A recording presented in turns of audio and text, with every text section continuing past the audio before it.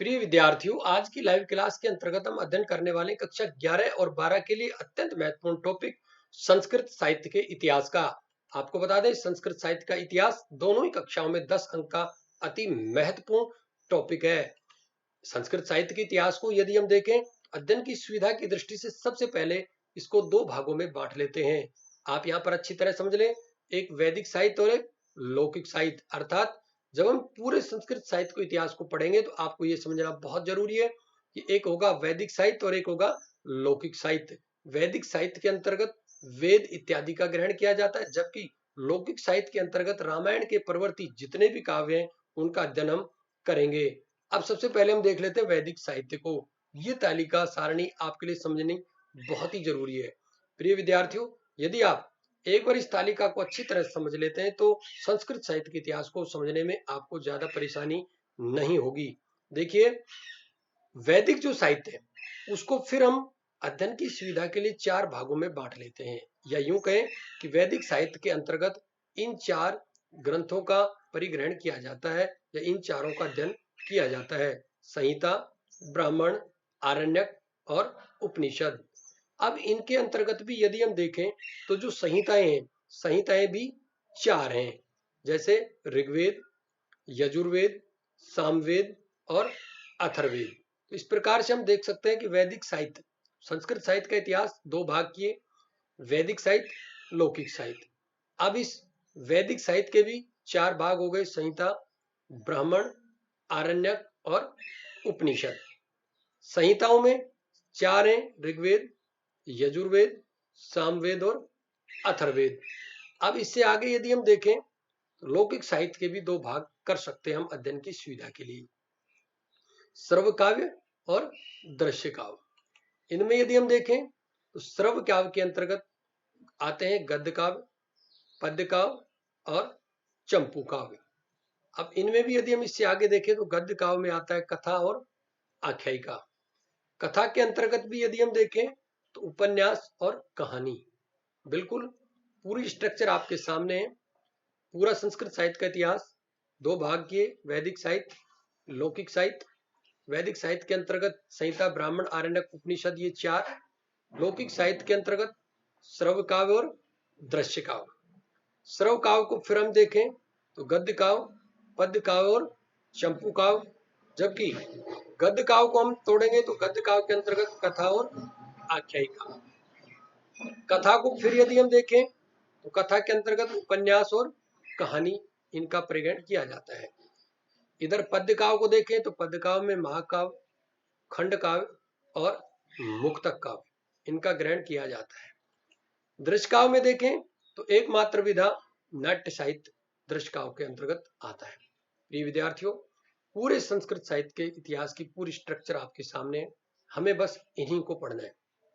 सबसे पहले हम अध्ययन करेंगे वैदिक साहित्य का।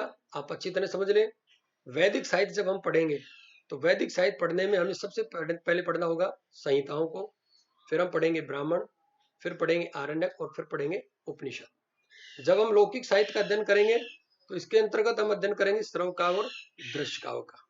श्रव्य काव्य और दृश्य काव्य के अंतर्गत हम देख सकते हैं गद्य काव्य, पद्य काव्य और चंपू काव्य, इन तीनों का, और नाट्य साहित्य का अध्ययन करेंगे। चलिए अब चलते हैं। सबसे पहले हम वैदिक साहित्य को देखते हैं। वैदिक साहित्य को समझें इससे पहले हमारे लिए यह समझना बहुत जरूरी है कि वेद शब्द क्या है। देखिए, वेद शब्द ज्ञानार्थक विद धातु से बना है, जिसका अर्थ है ज्ञान। प्रिय विद्यार्थियों, परीक्षा दृष्टया यह क्वेश्चन बहुत ही इंपॉर्टेंट बनता है कि वेद का अन्य नाम क्या है। देखिए, यहां पर वेदों को श्रुति, आमनाय, आगम और वेद, इन नाम से भी जाना जाता है। ये आपको समझना बहुत ही जरूरी है। देखिए, वेद के ये चार नाम भी आपके परीक्षा में कई बार ये पूछा जाता है कि वेदों के निम्न में से कौन से अन्य नाम हैं। तो आप अच्छी तरह देख लें, यहां पर आमनाय, श्रुति, आगम और वेद, ये वेदों के अन्य नाम है। परीक्षा में आपसे ये क्वेश्चन पूछा जा सकता है। अब देखिए, वेद की रचना 3 प्रकार से होने के कारण इसे त्रयी भी कहा जाता है। ये भी आप समझ लें, वेदों का अन्य एक नाम त्रयी भी है। त्रयी क्यों कहा जाता है?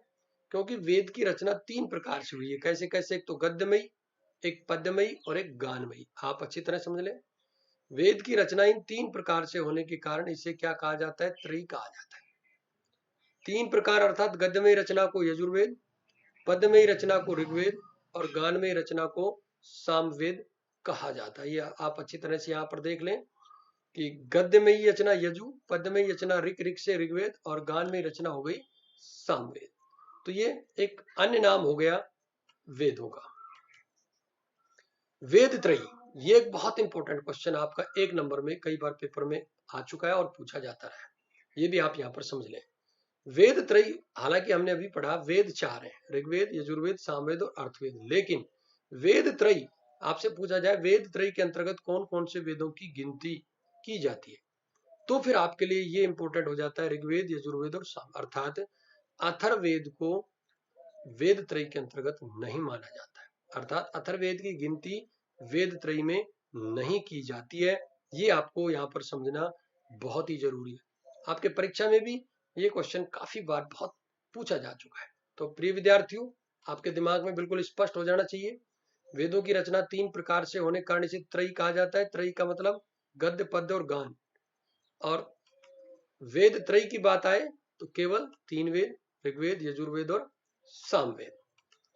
अब हम देख लेते हैं कि वेद जो हैं ये अनादि, सत्य और अपौरुषेय हैं। ये लाइन भी थोड़ा आपके लिए इंपॉर्टेंट है, लेकिन अध्ययन की सुविधा के लिए संपूर्ण वैदिक साहित्य को हम 4 भागों में बांट सकते हैं। ये हमने अभी देखा, तालिका में भी हमने अच्छी तरह समझ लिया था कि वैदिक साहित्य के हम 4 पार्ट करके अध्ययन करेंगे, संहिता, ब्राह्मण, आरण्यक और उपनिषद। ये 4 पार्ट करके अब हमें पढ़ना होगा इस पूरे वैदिक साहित्य को, संहिता, ब्राह्मण, आरण्यक और उपनिषद। यहाँ पर आप अच्छी तरह इनको देख लें। तो अभी तक प्रिय विद्यार्थियों हमने जो अध्ययन किया उसको मैं सरसरी नजर से आप लोगों को दिखा देता हूँ। सबसे पहले तो हमारे लिए ये तालिका देख सकते हो, वैदिक साहित्य का इतिहास पूरा आपके सामने, संहिता, ब्राह्मण, आरण्यक, उपनिषद। संहिताओं फिर हम पढ़ेंगे ऋग्वेद, यजुर्वेद, सामवेद और अथर्ववेद। इसके बाद पढ़ेंगे ब्राह्मण, फिर आरण्यक, फिर उपनिषद और फिर आएंगे लौकिक साहित्य पर। अब वैदिक साहित्य को हमने यही देखा कि वेद शब्द का अर्थ ज्ञान, वेद के अन्य नाम में हमने देखा आमनाय, श्रुति, आगम, वेद। 1 नंबर का क्वेश्चन पूछ लिया जाता है। वेद त्रयी, और त्रयी क्यों कहा जाता है? क्योंकि 3 प्रकार से वेदों की रचना, गद्यमयी रचना 1 नंबर का क्वेश्चन बनता है यजुर्वेद, पद्यमयी रचना वाला वेद ऋग्वेद और गानमयी रचना वाला वेद सामवेद। ये भी 1 नंबर का क्वेश्चन हो गया। वेद त्रयी में आप समझ लीजिएगा अथर्ववेद की गिनती नहीं की जाती है, केवल यजुर्वेद, यजुर्वेद और सामवेद की गिनती की जाती है। अब संपूर्ण वैदिक साहित्य को हम अध्ययन की सुविधा की दृष्टि से इन 4 भागों में करके पढ़ते हैं। तो सबसे पहले हम आ जाते हैं किस पर? संहिता पर। देखिए अब इस स्ट्रक्चर में हम पढ़ेंगे कि को पहले संहिता, फिर ब्राह्मण, फिर आरण्यक और फिर उपनिषद को। प्रिय विद्यार्थियों, सबसे पहले हम देख रहे हैं किसको? संहिता को।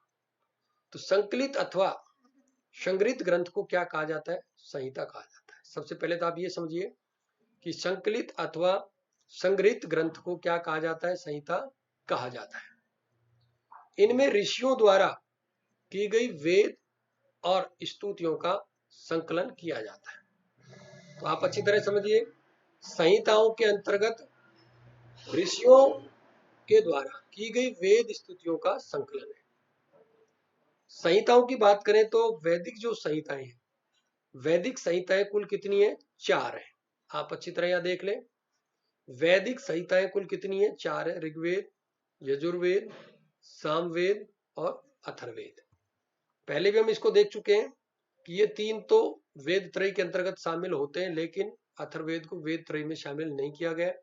लेकिन संहिताओं की दृष्टिया देखें तो संहिताएं कितनी है? 4 है। इनको वेद ही कहते हैं। ऋग्वेद संहिता कह दो या ऋग्वेद, यजुर्वेद संहिता, सामवेद संहिता, अथर्व संहिता क्यों कहते हैं, ये प्रश्न भी पूछा जा सकता है। तो आप देख लें, संकलित अथवा संग्रहित ग्रंथ को क्या कहा जाता है? संहिता कहा जाता है। और इनमें ऋषियों द्वारा की गई वेदों की स्तुतियों का संकलन है। अब हम देख लेते हैं ऋग्वेद संहिता को। प्रिय विद्यार्थियों, दिमाग में एक बात को स्पष्ट रखें, हम पढ़ क्या रहे हैं? हम पढ़ रहे हैं वैदिक साहित्य। वैदिक साहित्य में सबसे 4 पार्ट इसके किए हमने, संहिता, ब्राह्मण, आरण्यक, उपनिषद। तो सबसे पहले हमारा क्या चल रहा है, संहिता। संहिताएं कितनी है, 4। 4 में ऋग्वेद, यजुर्वेद, सामवेद, अथर्ववेद। अब हम सबसे पहली संहिता पढ़ेंगे ऋग्वेद को। तो आप पूरी स्ट्रक्चर यहाँ देख लें। ये अपना वैदिक साहित्य है। वैदिक साहित्य में हम पढ़ रहे हैं संहिता। संहिताएं 4 है। ऋग्वेद, ये ऊपर देखिए आप, ऋग्वेद, यजुर्वेद, सामवेद और अथर्ववेद। तो इनमें जो सबसे पहला है वो कौन सा है, ऋग्वेद। इसको हम देख लेते हैं। देखिए, ऋग्वेद चारों वेदों में सबसे प्राचीन वेद है। पहला 1 नंबर का क्वेश्चन तो आपका यही बन जाता है कि वे चारों वेदों में सबसे जो पुराना वेद है वो कौन सा है, वो है ऋग्वेद। महाभाष्यकार पतंजलि, ये क्वेश्चन अलग बन गया। महाभाष्य के रचनाकार कौन है, महर्षि पतंजलि। पतंजलि ने ऋग्वेद की 21 शाखाओं का उल्लेख किया। ये भी एक बहुत इंपॉर्टेंट क्वेश्चन बन जाता है। तो महर्षि पतंजलि ने ऋग्वेद की कितनी शाखाएं बताई, 21 शाखाएं बताई। लेकिन वर्तमान में ये 5 शाखाएं ही प्राप्त होती हैं। ये एक अलग इंपॉर्टेंट क्वेश्चन बन गया आपके लिए, बहुत ही इंपॉर्टेंट। तो ऋग्वेद की 5 शाखाएं ही मुख्य है, शाकल, वाष्कल, आश्वलायन, शांखायन और मांडूक्य। हम ये कह सकते हैं कि महर्षि पतंजलि ने तो ऋग्वेद की 21 शाखाएं बताई, लेकिन वर्तमान में जो शाखाएं प्राप्त होती हैं वो कितनी होती हैं, केवल 5 ही प्राप्त होती हैं। शाकल, वाष्कल, आश्वलायन, शांखायन और मांडूक्य। वर्तमान में ये 5 शाखाएं प्राप्त होती हैं ऋग्वेद में। यदि हम और आगे देखें तो ऋग्वेद का विभाजन, ये बहुत इंपॉर्टेंट है। इससे कंपटीशन में भी और कक्षा 11-12 में बहुत दफा क्वेश्चन पूछा जा चुका है कि ऋग्वेद का विभाजन किन किन क्रम में किया गया। तो आप समझ लें कि भाई ऋग्वेद जो है इसका विभाजन मंडल क्रम में और अष्टक क्रम 2 प्रकार से किया गया है। एक तो मंडल क्रम और दूसरा हो गया अष्टक क्रम। यदि मंडल क्रम से देखें तो ये मंडल क्रम का विभाजन आप देख सकते हैं, ये मंडल क्रम से विभाजन है। तो मंडल दृष्टिया देखें तो ऋग्वेद में कितने मंडल हैं, 10 मंडल है। अनुवाक दृष्टिया देखें तो कितने हो गए, ध्यान दीजिए, ऋग्वेद में 10 मंडल, 85 अनुवाक। इन मंडलों को अनुवाकों में विभक्त कर रखा है। अनुवाक किसमें विभक्त है, सूक्तों में। सूक्त कितने, 1028। और इन सभी 10 मंडल, 85 अनुवाक और 1028 सूक्तों में मंत्र कितने हैं, 10,589। बहुत इंपॉर्टेंट क्वेश्चन। पहला क्वेश्चन यही बनता है कि ऋग्वेद में मंडल कितने, 10, अनुवाक कितने, 85, सूक्त कितने, 1028। अब अष्टक दृष्टि इसके विभाजन को देखें तो ये पूछा जा चुका है कि ऋग्वेद में अष्टक कितने, 8, अध्याय कितने, 64, सूक्त वही रहेगा। यहाँ भी 1028, यहाँ भी 1028, मंत्र यहाँ भी 10,589, यहाँ भी 10,589। प्रिय विद्यार्थियों, जो समझने की चीज है वो ये यहाँ पे यही है कि भाई जो ऋग्वेद है इसका विभाजन कितने तरीके से किया गया है, 2 तरीके से, मंडल क्रम में और अष्टक क्रम में। मंडल क्रम में कितने मंडल हैं, 10। अष्टक क्रम में कितने अष्टक है, 8। मंडल क्रम में 10 मंडल, 85 अनुवाक, अष्टक क्रम में 8 अष्टक और 64 अध्याय। तो आप अच्छी तरह समझ लें, प्रत्येक अष्टक में 8-8 अध्याय है। तो 8 अष्टक में कितने अध्याय हो गए, 64 अध्याय हो गए। इसी प्रकार ऋग्वेद में सबसे ज्यादा वर्णन इंद्र और अग्नि देवता का, ये क्वेश्चन भी कई बार पूछा जा चुका है। 200 से ज्यादा बार अग्नि का और इंद्र का वर्णन मिलता है हमें ऋग्वेद में। तो ये क्वेश्चन भी काफी बार पूछा जा चुका। आप इसको भी ध्यान से समझ लें कि भाई ऋग्वेद में सबसे ज्यादा वर्णन किसका है, इंद्र और अग्नि देवता का सबसे ज्यादा वर्णन मिलता है हमें। ऋग्वेद का रचना काल 3000 ईसा पूर्व के आसपास माना जाता है। ये भी एक अलग इंपॉर्टेंट क्वेश्चन होता है। पहले प्रिय विद्यार्थियों आप समझिए, हम क्या पढ़ रहे हैं, वैदिक साहित्य। वैदिक साहित्य के 4 पार्ट आपके सामने, संहिता, ब्राह्मण, आरण्यक, उपनिषद। संहिताएं कितनी, 4, ऋग्वेद, यजुर्वेद, सामवेद, अथर्ववेद। और इसमें से हम किसको अध्ययन कर रहे हैं, ऋग्वेद का। ये आपके सब कुछ स्ट्रक्चर पूरी आपके सामने है। तो ये हमने पढ़ा किसको, ऋग्वेद को। मैं पुनः रिवाइज कर देता हूँ ऋग्वेद को। आप देखिए, सबसे पहला ऋग्वेद सबसे प्राचीन, पतंजलि ने 21 शाखाएं बताई, लेकिन 5 ही उपलब्ध है, शाकल, वाष्कल, आश्वलायन, शांखायन और मांडूक्य। 2 प्रकार से विभाजन, मंडल क्रम में, अष्टक क्रम में। मंडल क्रम में 10 मंडल, 85 अनुवाक, अष्टक क्रम में 8 अष्टक, 64 अध्याय। सबसे ज्यादा इंद्र और अग्नि देवता का वर्णन, और रचना काल 3000 ईसा पूर्व के आसपास माना जाता है। अब हम देखते हैं अगली संहिता को, जिसका नाम आप देख सकते हैं स्क्रीन पर है, यजुर्वेद। यजुर्वेद संहिता। महाभाष्कर पतंजलि ने यजुर्वेद की कितनी शाखाएं बताई? एक बहुत इंपॉर्टेंट क्वेश्चन बनता है, तो आप समझ सकते हैं, देख सकते हैं, 100 शाखाएं बताई महर्षि पतंजलि ने। देखिए अगला जो इंपॉर्टेंट क्वेश्चन यजुर्वेद से बनता है वो ये कि यजुर्वेद के 2 भाग हैं। यजुर्वेद के कितने भाग हैं? यजुर्वेद के 2 भाग हैं, शुक्ल यजुर्वेद और कृष्ण यजुर्वेद। समझ लीजिए आप यहाँ पर, शुक्ल यजुर्वेद और कृष्ण यजुर्वेद। तो ध्यान दीजिए, ऋग्वेद में कितने विभाजन बताए थे, शाखाएं बताई थी पतंजलि ने? 21। जबकि यजुर्वेद की पतंजलि ने शाखाएं कितनी बताई है? 100। ऋग्वेद के यजुर्वेद के भाग कितने? 2, शुक्ल यजुर्वेद और कृष्ण यजुर्वेद। शुक्ल यजुर्वेद और कृष्ण यजुर्वेद, देखिए यहां पर आप, शुक्ल यजुर्वेद और कृष्ण यजुर्वेद, ये 2 भाग हैं किसके? यजुर्वेद के। दूसरा वेद पढ़ रहे हैं आप, ध्यान से देखिए यहां पर। दिमाग में एक बात स्पष्ट क्लियर रखनी है आपको, बिल्कुल इसमें भ्रमित नहीं होना है कि भाई सीधा सा अर्थ ये है हमारा कि देखो कि भाई ऋग्वेद के बाद जो यजुर्वेद है इसकी 2 शाखाएं हैं, शुक्ल यजुर्वेद और कृष्ण यजुर्वेद। जो शुक्ल और कृष्ण है इनके अंतर्गत भी दो शाखाएं शुक्ल यजुर्वेद की, कृष्ण यजुर्वेद की कितनी शाखाएं? 4 शाखाएं। ये एक क्वेश्चन इंपॉर्टेंट बनता है। महर्षि पतंजलि ने यजुर्वेद की 100 शाखाएं बताई हैं। यजुर्वेद के भाग 2 हैं आपके सामने, शुक्ल और कृष्ण। अब ये समझ लो, शुक्ल की 2 शाखाएं हैं, कृष्ण की 4। शुक्ल की 2 शाखाएं कानु शाखा और वाजसनेय शाखा, जबकि कृष्ण यजुर्वेद की शाखाएं कितनी? 4, तैत्तिरीय, मैत्रायणी, कठ और कपिष्ठ। ये ध्यान रखना आपके लिए बहुत जरूरी है। परीक्षा में इससे एक क्वेश्चन डेफिनेट पूछा जाता है, चाहे कक्षा 11 हो, 12 हो या कंपटीशन हो। यजुर्वेद के भाग 2, शुक्ल यजुर्वेद, कृष्ण यजुर्वेद। शुक्ल की 2 शाखा कानु शाखा, वाजसनेय शाखा। कृष्ण यजुर्वेद की 4 शाखाएं, तैत्तिरीय, मैत्रायणी, कठ और कपिष्ठ। यजुर्वेद का विषय क्या है ये पूछा जा सकता है, यजुर्वेद में क्या वर्णित है? तो ध्यान दीजिए, यज्ञ विधियों का संकलन है इसमें, कि भाई कौन सा यज्ञ किस प्रकार से किया जाता है।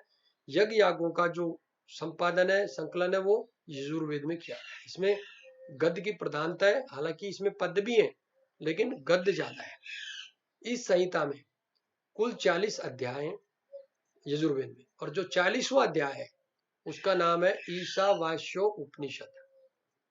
यजुर्वेद का रचना काल 2500 ईसा पूर्व माना जाता है, ये भी आपको समझना बहुत जरूरी है। यजुर्वेद का रचना का ध्यान दीजिए, ऋग्वेद का 3000 ईसा पूर्व, जबकि यजुर्वेद का 2500 ईसा पूर्व रचना काल माना जाता है। देखिए आगे, सामवेद, तीसरी संहिता कौन सी आ गई? सामवेद। ये देख सकते हैं आप, वैदिक साहित्य संहिता, ब्राह्मण, आरण्यक, उपनिषद। हम पढ़ रहे हैं संहिताएं, संहिता आचार, ऋग्वेद, यजुर्वेद, सामवेद, अथर्ववेद। ऋग्वेद यजुर्वेद हम पढ़ चुके हैं, अब क्या देख रहे हैं? सामवेद। सामवेद की 3 शाखाएं, एक एक को ध्यान रखना। ऋग्वेद की 5 मिलती हैं, लेकिन महर्षि पतंजलि ने कितनी बताई? 21। यजुर्वेद की बताई 100। सामवेद की कितनी है? 3, कौथुम शाखा, जैमिनी शाखा और राणानीय शाखा। चारों वेदों की, प्रिय विद्यार्थियों, शाखाएं याद रखना आपके लिए अति आवश्यक है। परीक्षा में इनसे एक क्वेश्चन जरूर पूछा जाता है। इसमें ऋग्वेद के मंत्रों को एक विशेष क्रम में ढालकर गाया जाता है। देखिए, गान परक वेद है, ये जो सामवेद है कैसा वेद है? गान परक वेद है, इसमें गायन सम्मिलित है। तो गान परक वेद है कौन सा? सामवेद। इसमें ऋग्वेद के ही मंत्र संकलित है, उनको विशेष क्रम में ढालकर गाया जाता है। सामवेद संहिता में केवल 78 मंत्र ही ऐसे हैं जो ऋग्वेद से अलग है, नहीं तो सारे जो मंत्र है वो ऋग्वेद के ही हैं। ध्यान दीजिए, ये क्वेश्चन बहुत इंपॉर्टेंट है। सामवेद के केवल 78 मंत्र ही ऐसे हैं जो ऋग्वेद में नहीं है, बाकी सारे ऋग्वेद के ही मंत्र हैं जिनको विशेष क्रम में संगीतबद्ध तरीके से ढाला गया है। शाम का अर्थ क्या होता है? गान या गीति, ये भी आप यहाँ पर समझ लें। तीसरी संहिता पढ़ रहे हैं सामवेद, तो शाम का अर्थ क्या होता है? गान या गीति। सामवेद के भी यजुर्वेद की तरह 2 भाग हैं, जैसे यजुर्वेद के हमने पढ़े थे शुक्ल यजुर्वेद, कृष्ण यजुर्वेद। ऐसे ही सामवेद के भी 2 भाग हैं, आर्चिक और गान। आर्चिक को फिर 2 भागों में बांटा गया, पूर्व आर्चिक और उत्तरार्चिक। ये अलग क्वेश्चन बनता है, बहुत ही इंपॉर्टेंट। सामवेद का रचना काल, ये थोड़ा इंपॉर्टेंट हो जाता है। सामवेद जो है इसका रचना काल 2500 ईसा पूर्व माना जाता है। ध्यान दीजिए, ऋग्वेद 3000, यजुर्वेद 2500 और सामवेद का भी 2500 ईसा पूर्व। वैसे प्रिय विद्यार्थियों, वैदिक साहित्य के अंत में हम जो वेद है इनके रचना काल के विषय में भी कंप्लीट पढ़ने वाले हैं कि भाई कौन सा वेद कब लिखा गया, वेदों का रचना काल क्या मत है विभिन्न विद्वानों का, ये भी अलग हमारे क्वेश्चन है, इसको भी पढ़ेंगे। लेकिन फिलहाल इसमें आप ये देखिए कि सामवेद का रचना काल 2500 ईसा पूर्व माना गया है। अब हम देखते हैं अपनी अगली संहिता को, अथर्ववेद संहिता। अथर्ववेद संहिता में जो इंपॉर्टेंट क्वेश्चन बनता है वो ये बनता है कि भाई अथर्ववेद के अन्य नाम क्या है। जैसे वेद के अन्य नाम पूछे थे ना, ऐसे ही अथर्ववेद के भी अन्य नाम पूछे जाते हैं। तो अथर्ववेद के अन्य नाम क्या है? ब्रह्मवेद, अंगिरा वेद और अथर्वा अंगिरस। ये ध्यान रखिए, कई बार पूछा जा चुका है, बहुत इंपॉर्टेंट क्वेश्चन इससे बनता है। तो अथर्ववेद का अन्य नाम क्या है? ब्रह्मवेद, अंगिरा वेद, अथर्वा अंगिरस।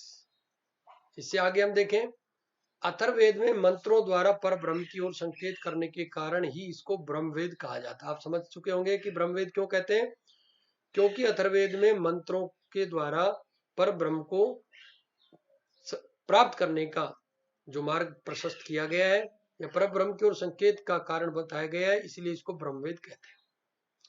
इसका प्रधान प्रणेता अथर्वन था। जो महर्षि अथर्वन थे, अथर्ववेद के प्रणेता ऋषि माने जाते हैं, और इस संहिता को विश्व प्रसिद्ध बनाया अथर्वा ने। दूसरा नाम अंगिरस भी है इसी का। तो आप समझ चुके होंगे अथर्वा अंगिरस क्यों है, क्योंकि अथर्वा और अंगिरस ये थे इस संहिता को विश्व प्रसिद्ध बनाने वाले। प्रधान प्रणेता थे अथर्वन, और ब्रह्मवेद इसलिए कहते हैं क्योंकि इसके मंत्रों के द्वारा पर ब्रह्म की ओर संकेत किया गया है, इसलिए इसको ब्रह्मवेद भी कहा जाता है। पतंजलि ने अथर्ववेद की कितनी शाखाएं बताई? 9। एक एक को ये ध्यान रखना है। पतंजलि की शाखाएं प्रिय विद्यार्थियों बहुत ही इंपॉर्टेंट है। ऋग्वेद की कितनी बताई? 21, यजुर्वेद की 100, सामवेद की 3 और अथर्ववेद की कितनी बताई? 9 शाखाएं। लेकिन अथर्ववेद की वर्तमान में 2 शाखाएं प्राप्त होती हैं, पिप्लाद शाखा और शौनक शाखा। परीक्षा दृष्टया इनको याद रखना आपके लिए बहुत जरूरी है। ऋग्वेद की 21 बताई, लेकिन कितनी प्राप्त होती है? 5। ये पांचों याद रखना बहुत जरूरी है। यजुर्वेद की कितनी बताई? 100, लेकिन 2 भाग, शुक्ल यजुर्वेद, कृष्ण यजुर्वेद। शुक्ल की 2 शाखा, कृष्ण की 4 शाखा, याद रखना जरूर। सामवेद की कितनी बताई? 3। महाभाष्यकार ने अथर्ववेद की बताई 9 शाखाएं, लेकिन पिप्लाद और शौनक ये 2 ही वर्तमान में प्राप्त होती हैं। अथर्ववेद क्यों प्रसिद्ध है ये समझिए। क्योंकि अथर्ववेद में रोगों का निवारण करने वाले मंत्रों और जादू टोनों का वर्णन ज्यादा है, ये आप समझ लेना, बस इसलिए इंपॉर्टेंट है अथर्ववेद। इसमें रोग निवारण मंत्र हैं और जादू टोने के मंत्र हैं, इसलिए इसको जादू टोनों का वेद भी कहा जाता है। भैषज वेद भी कहा जाता है। भैषज माने कि जो इलाज करे, रोगों का उपचार करे, वो औषधियों का वर्णन भी इसमें किया गया है। अब देख लेते हैं, अथर्ववेद में कुल 20 कांड है, 731 सूक्त हैं, 5987 मंत्र हैं, और इसका रचना काल 2000 ईसा पूर्व माना गया है। तो हम मान सकते हैं कि अथर्ववेद सबसे नवीन वेद है। सबसे नया वेद कौन सा है? अथर्ववेद। ये इससे क्वेश्चन पूछा जा सकता है, इसलिए आपको इस मामले में तैयार रहना है। तो प्रिय विद्यार्थियों, आप अच्छी तरह समझें, आज जो हमने अध्ययन किया वैदिक साहित्य के इतिहास के अंतर्गत, वो आपके लिए बहुत इंपॉर्टेंट समझना। आज हमने समझा पूरे संस्कृत साहित्य के इतिहास की तालिका को, कैसे वैदिक साहित्य है और कैसे लौकिक साहित्य। इसके बाद हमने समझा कि जो वैदिक साहित्य आज हमने पढ़ा, उसमें हमने क्या पढ़ा कि भाई वैदिक साहित्य के 4 पार्ट किए जा सकते हैं: संहिता, ब्राह्मण, आरण्यक और उपनिषद। संहिताएं 4 है: ऋग्वेद, यजुर्वेद, सामवेद, अथर्ववेद। इनमें ऋग्वेद को हमने पढ़ा, यजुर्वेद को पढ़ा, सामवेद को और अथर्ववेद आपके सामने, तो चारों वेदों को पढ़ा। अब आगे हमने को वैदिक साहित्य में क्या पढ़ना है वो आपके दिमाग में बिल्कुल तस्वीर स्पष्ट होनी चाहिए। हमें पढ़ना है क्या? संहिता पढ़ चुके हैं चारों, ऋग्वेद, यजुर्वेद, सामवेद, अथर्ववेद। अब हमें पढ़ना है ब्राह्मण को, आरण्यक और उपनिषद को। तो संस्कृत साहित्य के इतिहास के जो अगला पार्ट आएगा, अगले पार्ट के वीडियो में प्रिय विद्यार्थियों हम आपको बताएंगे कि वैदिक साहित्य के अंतर्गत ब्राह्मण, आरण्यक और उपनिषद में क्या है। आज की इस लाइव क्लास में बस इतना ही। आगे की लाइव क्लास में हम आपके लिए लेकर आएंगे वैदिक साहित्य के अगले भाग को। आज की वीडियो में साथियों बस इतना ही। नमस्कार।